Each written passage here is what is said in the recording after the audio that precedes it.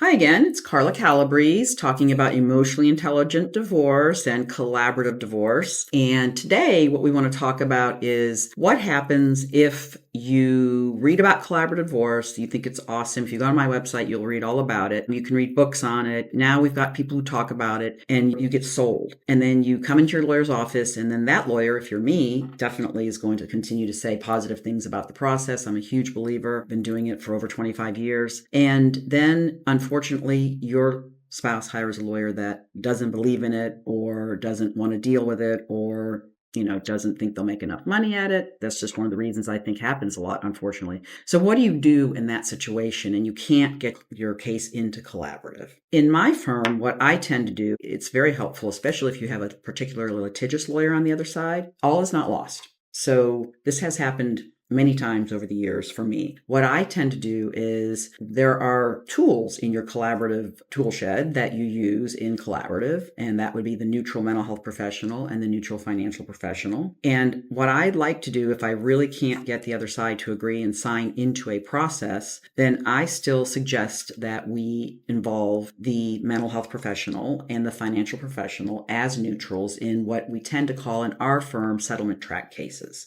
And usually I'm able to get the other side to agree that that's helpful. I don't know why, again, they're not willing to do the full-blown collaborative, but it does happen. You may find that yourself in those shoes. And if you do, I still think getting the mental health person to do the parenting plan and process all the children issues, and then the financial professional, both again are neutral to the process. They will sign neutral agreements, even if it's not in collaborative. I've done that many times. The financial neutral will come in and gather the information. One person gathers everything, so you're not duplicating efforts. And it's not as good as collaborative. I'll tell you right now, it's not the same thing, but I will also say it's a heck of a lot better than a drawn out, protracted, expensive, costly, emotionally costly litigation, which many times that's what litigation ends up being. So what we do is we try to bring the tools in that we know are helpful in collaborative, and we use those tools in our settlement track cases.